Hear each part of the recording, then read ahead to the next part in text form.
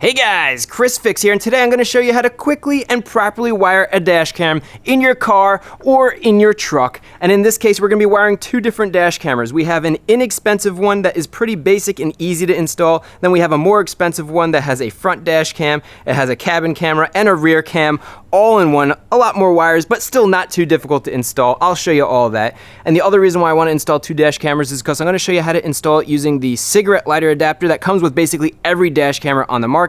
Or if you want, here's a hardwire kit that you would have to buy separately, and I'm going to show you how to install that as well. Now the whole point of doing all of this is to make sure whichever dash camera you buy, whichever vehicle you have, whichever wiring kit you have, you'll be able to install it in your vehicle because dash cameras are very helpful. These things could save you big time. For example, here's subscriber Tad cruising along in his Hummer H1 when a driver did not yield and pulled out into his lane. Now the other guy's insurance company tried to get Tad partially at fault, but because he had dash camera footage, he quickly proved otherwise, and the other driver was found completely at fault. Another subscriber, Kevin, was driving when somebody pulled into his lane. The guy in the silver car tried to say Kevin was speeding and swerved into his lane, but the dash camera footage again showed Kevin was not speeding, he had the green light, and he maintained his lane, so he was not at fault. Now besides helping yourself, a dash camera could be used to help someone else. For example, subscriber George captured this accident, and he proceeded by giving this footage to the pickup driver, which helped clear him of any fault. And I could only imagine how appreciative that pickup driver was. Just imagine if it was you.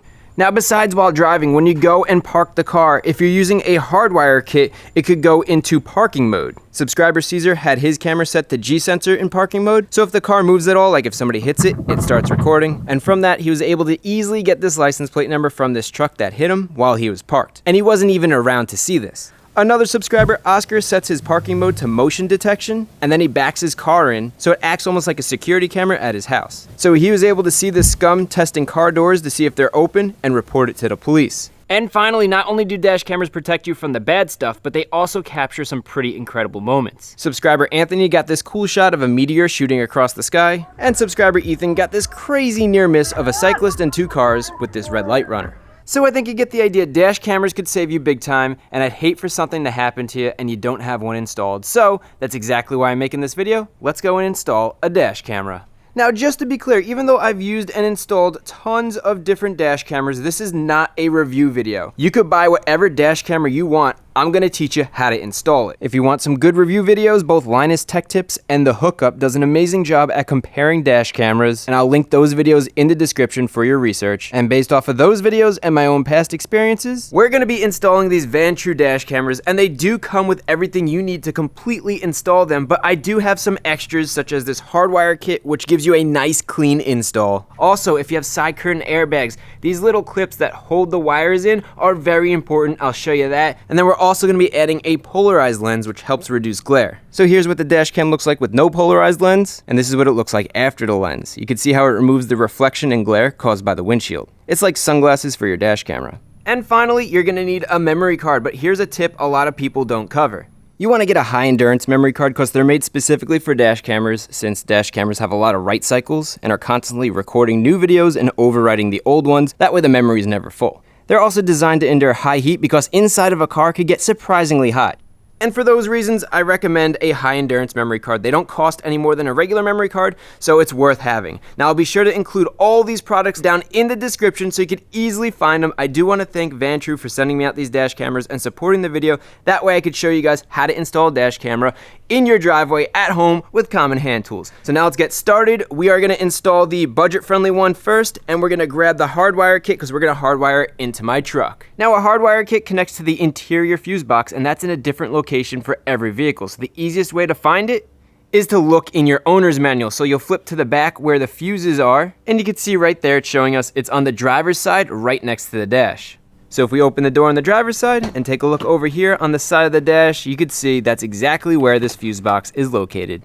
Now, depending on your car, the interior location of that fuse box could be different. So here's two different locations that are pretty common. So first, we have the driver's side underneath the dash. If we take a look here, you could see there is the fuse box.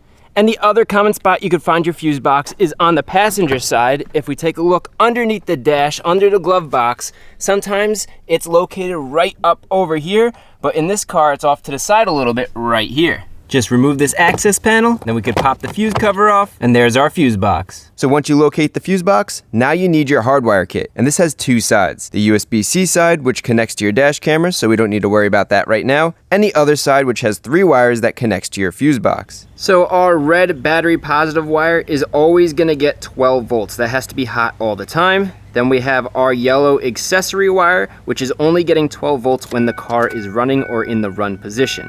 And then finally we have our black ground, which is gonna be connected to a bare metal surface like a bolt. So let's start off with this red wire, which is gonna be hot all the time. And let's find the right fuse that's always supplying power. And to do that, we want the car to be off, and we're gonna use a multimeter to check the voltage at the fuse box. So you're gonna set your meter to DC volts, and you wanna look for the V with the straight line above it. And if you look at the screen, it says DC, so we're ready to go. Now you can grab your 2 leads, and the black lead you wanna touch to a bare metal ground. And if you take a look right down here, it looks like we have a nice solid ground. And one thing I'm gonna do is I'm gonna add an alligator clip to the end of my prong here for the ground. That way I could just connect it and now have both of my hands free. Now you're gonna take your red lead and touch it against the fuse you wanna check. And on the fuse you have 2 small bare metal spots, and you need to make contact with either one. And it doesn't matter which one. And as you can see, when we test the voltage, we have no volts going through this fuse with the key off. Now if we test fuse number 13 right beside it, there we go. You can see we have 12 volts with the key in the off position, which is exactly what we need. Now let's go see what fuse 13 protects. And if you take a look in your owner's manual, fuse number 13, that's that 20 amp fuse. It is a brake pedal position switch.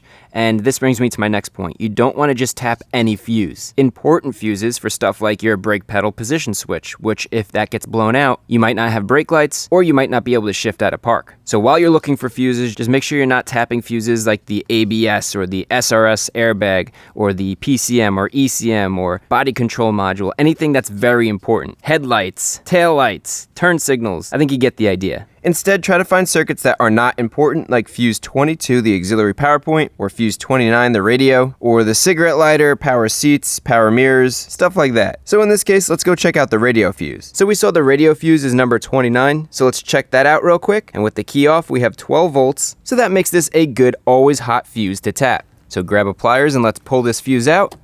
Good. Now the hardwire kit comes with a bunch of different fuse taps because different vehicles use different fuses. So match up your fuse with the correct tap. Now take your radio fuse and push it into the open slot on the fuse tap. And just in case both slots are open for yours, the one that's closer to the prongs should always have the fuse that you're tapping. Now let's put this back into slot 29. So let's line this up and push it in all the way. Good. Now let's verify we have 12 volts with the key off. Perfect. And finally, let's connect the red wire by pushing the pin all the way in so it's fully seated, just like that. Then you want to give it a nice tug, that way you know it's not going to come loose. Good.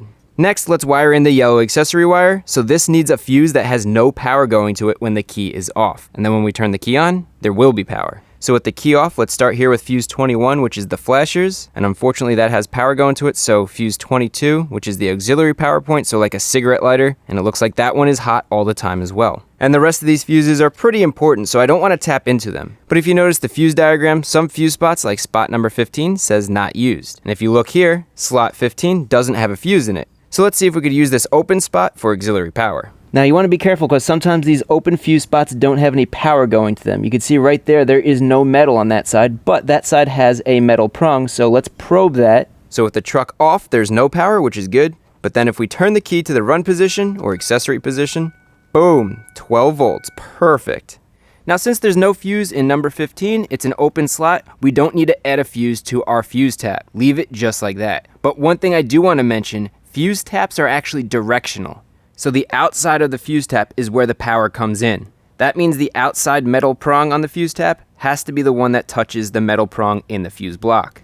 So the outside prong on the fuse tap goes to the metal prong in the fuse box, like so. And let's test this real quick with the truck off. Good, there's no voltage. Now let's turn the truck to the run position. Good, 12 volts. So we're good to go here. Now we can connect that yellow wire to the fuse tap and be sure to push it all the way in and then give it a good tug to make sure it's tight. Good. And finally, the last thing we need to do is wire in this ground. Now we need to find a good ground, and you might be tempted to use one of these bolts here. And while this does look good because the bolt is bare metal, if we unscrew this bolt all the way and then remove it, Then we could pry this back and take a look, and you can see this screws right into plastic, not metal. So this isn't grounded. So even though it's a bare metal screw, it's not grounded. So although it looks like a good ground at first sight, it really isn't. It bolts right into plastic. So instead, let's go use the ground we've been using to test all the circuits right here. So remove the alligator clip, unscrew the bolt all the way, and then we want to slide the ground wire over the base of the bolt right next to the head. Now let's carefully get this bolt back in, making sure we don't knock the ground wire off, and then tighten it down all the way like that. Good. So with the power, accessory, and ground wires connected, now before we go and run our wires up the A-pillar over to where the dash cam's gonna be, let's go test this out to make sure we don't have any problems. Now when plugging in the dash camera, don't plug it into the side port right there. That's an accessory port, not a power in port. Instead, we wanna plug in this piece at the top here that it mounts to. It just slides right in like that, and then now we have our power in port right there. So let's plug this in. Now we could peel off this protective plastic. And check it out, beautiful. The camera turned right on. Now in this case, we wired everything up properly. The camera's staying on, but let's just say your camera turns on and then immediately shuts off, and then turns on and shuts off, and it keeps cycling like that.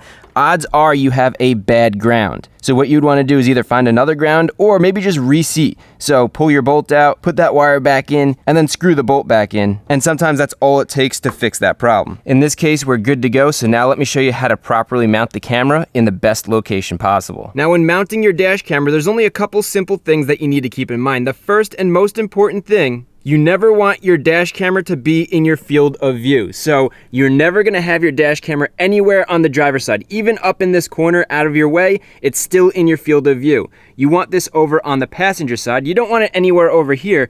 Where you want it is as center as possible behind the rear view mirror so it disappears out of your view, yet it's still high up and centered, that way the dash camera has a good view. So right here behind the rear view mirror is perfect, and let's verify the camera's in a good spot by plugging it in. That way we can see what the camera sees. And real quick, now's a good time to get some alcohol on a microfiber towel and clean the area that we're gonna mount the camera to so it sticks properly. Now we can remove the protective plastic off the mounting tape, and don't forget about the plastic protecting the lens. Next we wanna add our polarizer lens, and this just screws on like so. Good.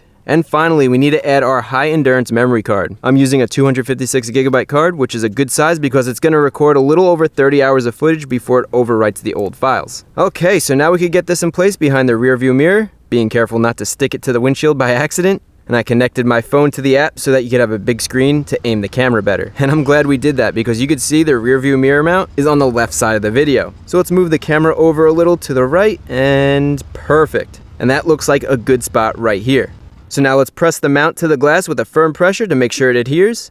And now the camera is mounted. So with the camera mounted, the last thing to do is adjust the polarizer filter by spinning this outer ring. So you're gonna wanna take a look at your dash cam footage, and you can see all that glare at the bottom of the screen. We'll just slowly turn the ring on the polarizer filter until it disappears like that. Much better. And check out this before and after. You can see how the image used to be hazy, but now it's more clear and vibrant. So that's how you adjust the polarizer filter. Beautiful, and what you guys are seeing right now is the exact same view I see when I drive this truck. You can see out the rear view mirror, the dash camera is hidden, so it's not in my line of sight. The only thing left is we have these wires that are just hanging here that need to be tucked in nicely, so it looks like a professional install. So let me go show you how to do that.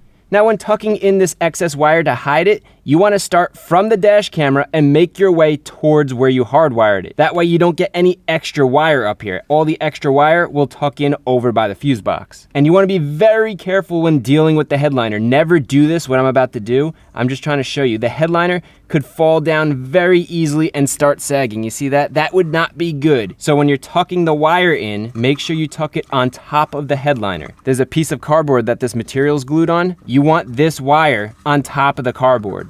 And then just push it back just like so and work your way down the headliner towards the A-pillar. And real quick, the wire's falling down over here because the headliner is not tight against the roof since the truck's an older truck. So a solution to keep this wire from falling, grab one of these wire clips, peel off the plastic to reveal the adhesive, then push the wire into the clip like that, and then move the clip as high as you could go where the headliner and the glass meet and press it into place so that adhesive sticks to the glass. Now the wire won't sag, and this looks really good. Now work your way across and carefully push the wire into the headliner. That way it won't fall out when you hit the brakes.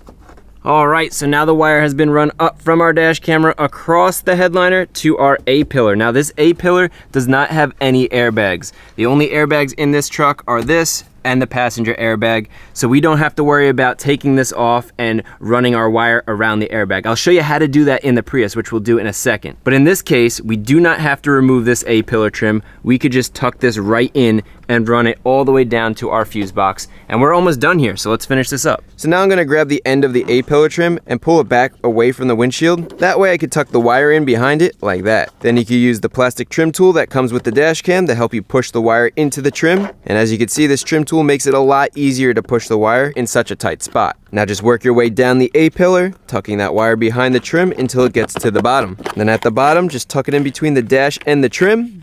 And finally, just grab this. We're gonna pull it down in here. Beautiful. Now that it's in here, it's tucked away. All we need to do is get this all organized, tuck it in, put our cover back on, and we're good to go. So just gather up the excess wire into one bunch, then grab a zip tie and tighten it down so it keeps the wire together. Then to cut the zip tie, you want to use one of these, a flush cutters. Now let's cut the tag end off. Good, and this tool leaves behind no sharp ends to cut your hands or damage wires. Now with the wire all tidied up, next we have to set the voltage to where our dash camera shuts off, which is all controlled by this box. You can see on the side here, there's a switch that has 11.6 volts and 12 volts. We want to switch this to 12 volts, that way when the car is shut off in parking mode, if it sits for a few days without being used, the camera will shut off automatically when the voltage drops to 12 volts. That way it won't drain your battery and you can still start your car. At below 11.6 volts, you might not have enough juice to start the car, so I'd rather be safe than sorry. So with our shut-off voltage set, let's tuck the extra wire behind the fuse box, and we can get this back there as well. And finally, there's some more excess wire that needs to get tucked in there. Now we could reinstall the fuse box cover. Perfect. And there you go, that's how you properly hardwire a dash camera into your car or truck. Let's go start her up and try her out. So now let's connect the camera, that way we could adjust the settings so when we turn the car off, the camera goes into parking mode. So just tap the gear icon in the top right, then near the bottom you have the parking mode tab, and now we have 4 different parking modes that use very little battery power when the truck is off. And I'm going to use the collision detection and set the sensitivity to high, that way even a little bump will turn the camera on. So let's go for a ride and test this out. Alright, so we're on the highway and you can see the dash camera is out of sight behind the rear view mirror, and here's the dash camera video. Even this budget-friendly camera has a pretty good image, and if we pause to zoom in, you could actually read the plate on some cars. Now when you go to park your truck and shut it off, the camera will go into parking mode and it'll let you know on the screen before it shuts down. So right now it's barely using any power, but if I give the truck a slight bump, a couple seconds later, the camera turns on and starts recording. So our install is working perfect. Alright, and now you know how to hardwire a dash camera. But real quick, just in case you'd rather use the cigarette lighter adapter that comes with almost every dash camera on the market, I'm going to show you how to wire this up. That way you can't see any of the wires. It looks almost like a hardwire kit. And I'm also going to show you how to run this rear camera all the way to the back glass. And finally, this next car has side curtain airbags, so I'm going to show you how to deal with that so you could safely and properly wire up your dash camera with the airbags. So let's go get started. So out with the truck and in with the car. Okay, so let's open up the door. And for this car, the cigarette lighter is located right down here below the radio. Now we want to verify there's no power going to the cigarette lighter until the car is turned on. So let's turn the car on, and you can see the light on the adapter turns on, and that means there's power. And when we shut the car, the light goes out, so now there's no power. Perfect. So once you find your power source, the next thing to do is mount the dash camera. Now this cigarette lighter adapter has a bunch of extra wire and it looks like spaghetti right now. Don't worry, all that wire is going to be hidden. I'm going to show you a really good way to make this look like a hardwire setup without actually having to hardwire it. So we're going to run it up here, across, up to the A-pillar, up here, and this is very, very, very important. We have side curtain airbags. You do not want to just run the wire across and bring it to the dash cam. You want to be super careful here. We're going to take this off. I'm going to show you how to properly run the wire so that you don't make it a dangerous situation if your airbag goes off. So once we do that, I'm going to run it across and plug it right into the dash cam. Now, just like before when mounting the dash camera, you want to keep it as high as possible and hide it behind the rearview mirror. That way it's not in your field of vision. The only difference here is we have a cabin-facing camera, and we don't want to block this. That way it has a good view inside the car. Now, once you find a good spot, remove the protective plastic on the double-sided tape and firmly press the mount against the clean glass. So next we need to connect the cable that runs to the rear camera. Now this cable that comes with it is 20 feet long, which is plenty long for most vehicles. But surprising enough, for the Prius, we need the 30-foot long one, so I went out and I grabbed this. That way, we have plenty of length to run it all the way down the rear hatch. You'll see what I'm talking about once we get to the back. So the rear camera cable gets connected right at the top, right here. So let's plug this in. Good, now we can angle the camera back up and run the wires. So just like in the truck, we're gonna run the wires along the headliner to the A-pillar. The only difference now, we have 2 wires, so let's start with the rear camera wire because it's further away, and we'll just tuck that under the headliner like so. And then we could tuck away the wire that goes to the cigarette lighter. And I don't know if you could tell, but because this car is so much newer, the headliner is a lot tighter. So these wires aren't going anywhere. All right, so we'll finish tucking that in. Once you get close to the A-pillar, we can leave those wires. Now we want to remove this plastic. Now, there's an airbag behind here, so this plastic is actually not too difficult to remove because it's designed to open up when the airbag goes off. Now, every car is going to be a little bit different. You could do a Google search, YouTube, check the forums for your vehicle. But for the most part, this is the process. On this car, what we're going to do is we're going to come out here and remove the weather stripping first. And all you need to do is get your fingers behind it and pull it off. And now we have easy access to our A-pillar trim. And this should just pop right out. Good. Now, most A-pillar trim with an airbag behind it will have a strap holding it in. That way, this plastic doesn't go flying into you when the airbag deploys. So in this case, our strap is located right down here.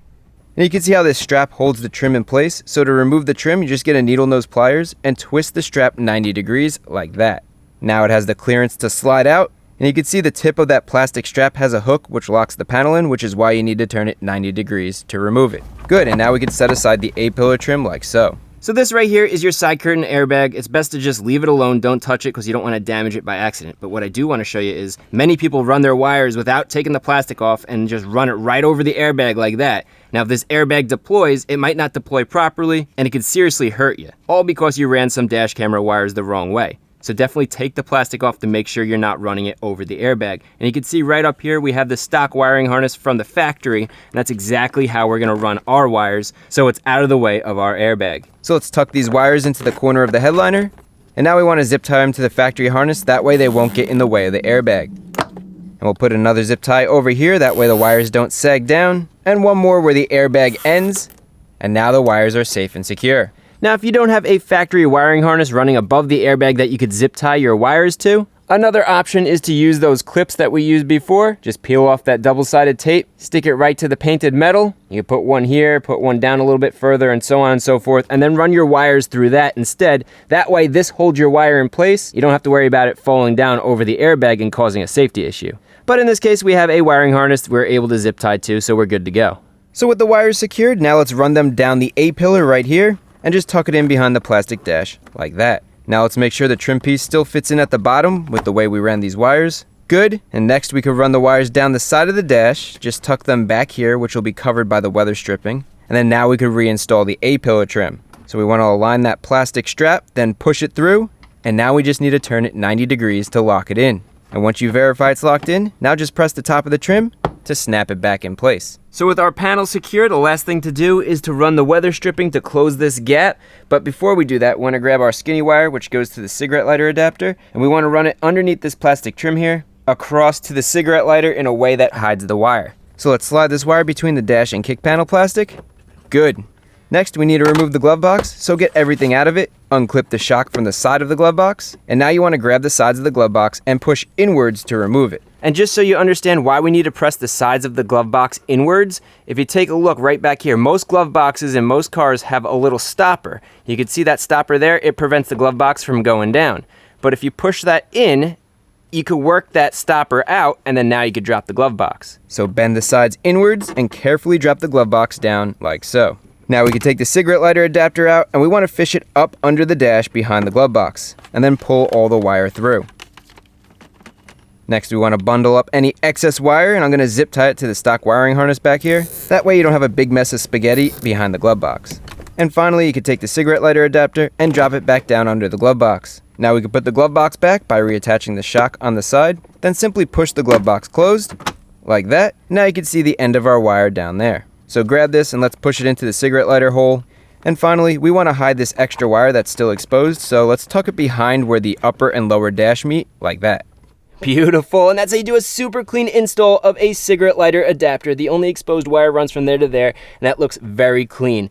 Plus, with the cigarette lighter adapter, now you have a USB port so you could charge your phone. Now, with that done, we are going to install our rear camera. It's the last thing to do. We have this excess wire right here, and we are going to be running it down along the door sill because we don't want to run it up over by the side curtain airbag and get in the way. You can see right here, we have our side curtain airbag. We don't want to mess with that. So in this case, we're running down here along the door sill in the back, up right to our rear glass. And don't worry, I'm going to show you some tricks to make this very easy, so let's finish up this install. Since we're going to be running our wire under the door sills, the first thing we want to do is remove the door sills. So get your fingers underneath and lift up, and the door sills should pop right off. Now we can run the wire behind the plastic kick panel, so just tuck it in. And it's a little tight over here, so I'm going to tuck it in at the bottom and just pull it through. Perfect. Now we could run our wire along the door sill, but we don't want to just lay it on top like this because it could get damaged. You could see there's sharp plastic pieces in here, and all the vibrations and everything could chafe this wire and then cause it to short out. The factory harness is in this nice clip here. Also, the rear windshield wiper fluid hose is in this nice clip as well, so we could run our line through either one of those. And I like the idea of running our cable with the washer fluid hose since it's going to the trunk as well. So we're going to run our rear camera cable just like this. It is nice and secure. Then when we get to the B pillar here, just pop this out like that. And you can see there's another clip here to hold our wire in. Good.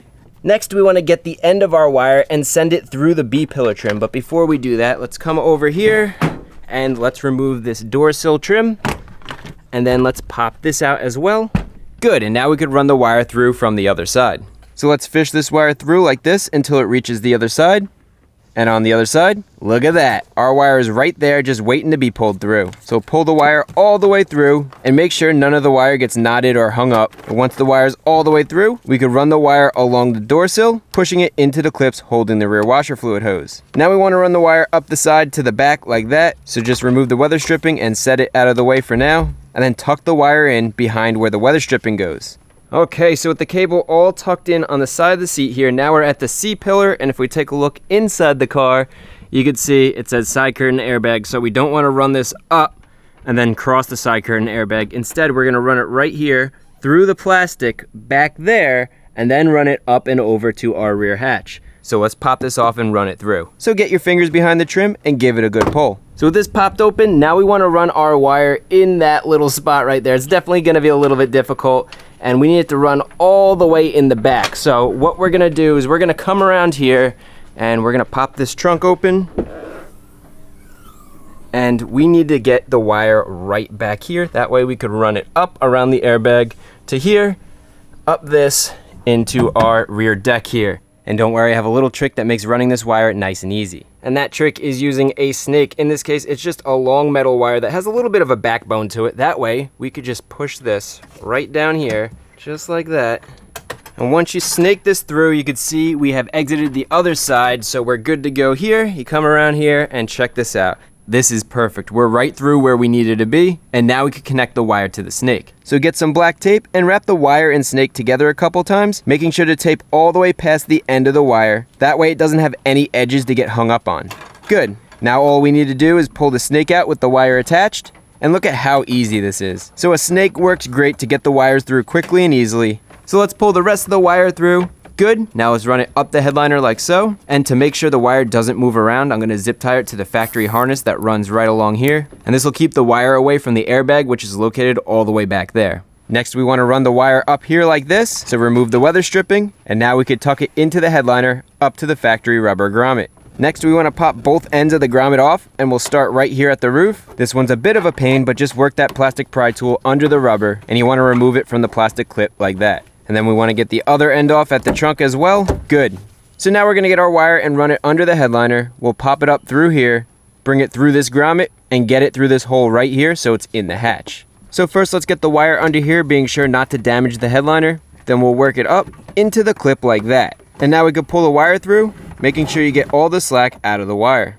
And now you're going to want to run the wire up through the grommet, but these are usually so tight, you're going to need the help of your snake again. And even with the snake, due to the angles inside the grommet, it's really tough to push this through. So a trick a good friend of mine taught me is to use some silicone spray. So just spray a little bit inside the grommet, and the silicone won't damage any of the wires or the rubber grommet itself. Then we could try pushing the snake through the grommet again, and look at that, much easier. So get the end of the snake in front of the factory wires, Okay, now let's tape the end of the camera wire to the snake and then carefully pull this through. And the snake just makes this so easy to do. Then pull the rest of the wire through, that way there's no slack left, just like that. Good. And finally, let's pop off the trim on the trunk. Then we could fish the wire through the trunk, pulling it all the way through. And then let's zip tie the wire to the stock wiring harness. That way, the wire doesn't move around, so it won't make any noise and it won't chafe. Beautiful. So our cable is run away from the airbag, under the headliner, up through the factory grommet into the hatch, and then ends up right here. Now for most people, you'll be able to run your rear dash camera right here and call it a day. That's why you would only need the 20-foot cable. I need the extended cable because I need to run it all the way down to the rear glass, which is right here. The reason being is this glass is such a shallow angle for aerodynamics, you can't get a good view out of it. Let me show you. So the view actually isn't as bad as I thought it would be, but there's a lot of reflections and part of the view is cut off by the spoiler in the back. So instead of mounting the camera right here, we'll run our wire up along the trunk and mount it to the back glass right there. And to do that, we need to remove the plastic trim piece and the other side as well. Then we need to get the trim off the deck lid, starting with this piece right here. And finally, this last piece could come off. Now we could run our wire up the factory harness like that, and let's zip tie it so it's secure and it doesn't bang around. So with that wire secure, now we just need to run the wire right to our camera, which will mount right there. The problem is we have a lot of extra wire. So what I'm gonna do is I'm gonna run this wire this way along the wiring harness and I'll zip tie it all the way up to here, and then I'll run it back and zip tie it, then bring it right here. So that'll use up all this extra wire and keep it nice and organized under the trunk here. So let's take the extra wire and run it along the factory harness like so. Then we want to run it back, and let's make sure we have a good length of wire at the end. This looks perfect. Now I'm going to use a couple of zip ties to secure the wire to the factory harness. Again, this is pretty important. You don't want these wires to be banging around as you're going over bumps. Beautiful, and if you take a look over here, you can see the end of our wire is at the perfect length, and we don't have all that excess wire just dangling around over here. So now let's go and install our rear camera. So first, clean the glass with some alcohol, then let's pull the plastic off the double-sided tape, and now line up the camera, making sure you don't put it on the heating element.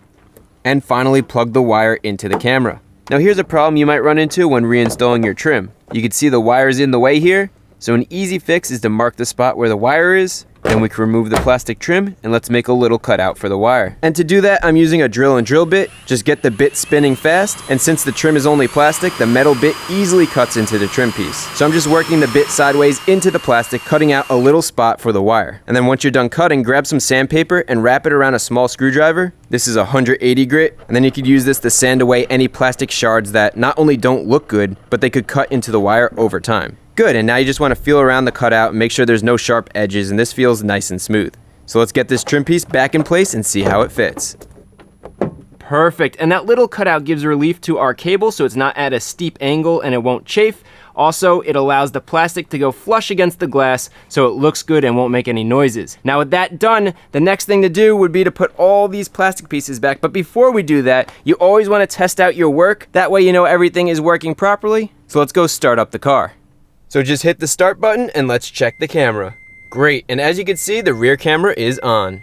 And now that we know our rear camera is working, let's go and reinstall all the plastic bits, some of the weather stripping, get this car back together so we can finish up this job. And all these pieces just snap in, so give them a good hit.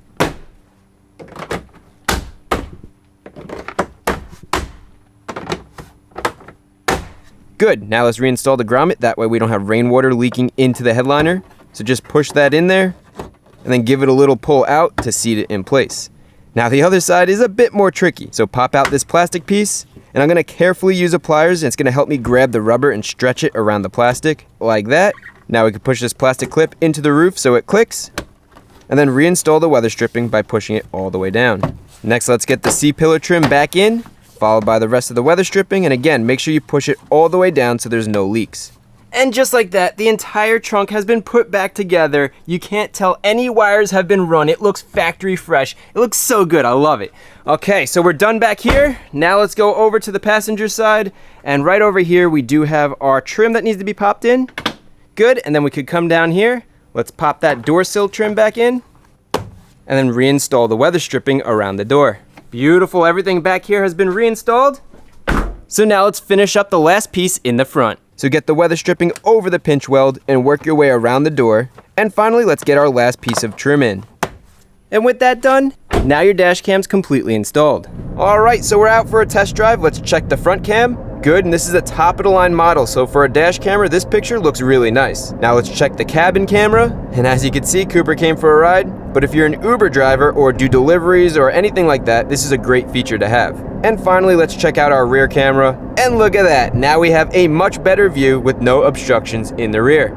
All right, so now you know how to safely install a dash camera in a car or truck that has airbags. Also how to run the dash camera all the way to the back, but there's one more thing I want to show you. So you know how to use the cigarette lighter adapter to get power. You know how to use a hardwire kit to get power. There's one more way that I just wanted to include real fast, and that is using a OBD2 adapter to get power. So if you have a vehicle that's 1996 or newer, you could power your dash camera by coming to the driver's side underneath the dash and look for your OBD2 port, and in this case, it's located right here. And then all you do is grab your adapter and it plugs right in just like that, and then you'd run this wire to your dash camera, and that's one additional way you could get power to your camera. All right, and now that's everything you need to know on how to install a dash camera in your vehicle. I'll be sure to include a link to all the tools and the products I used in this video down in the description so you could easily find it, from the dash cameras to the hardwire kit to the special memory cards. Everything will be down there. That way you could do the same exact install. If you have any questions at all, feel free to comment below. I do my best to answer as many comments as I can. As always, if the video is helpful, remember to give it a thumbs up. And if you're not a subscriber, consider subscribing, because we have a lot of really great videos coming up soon.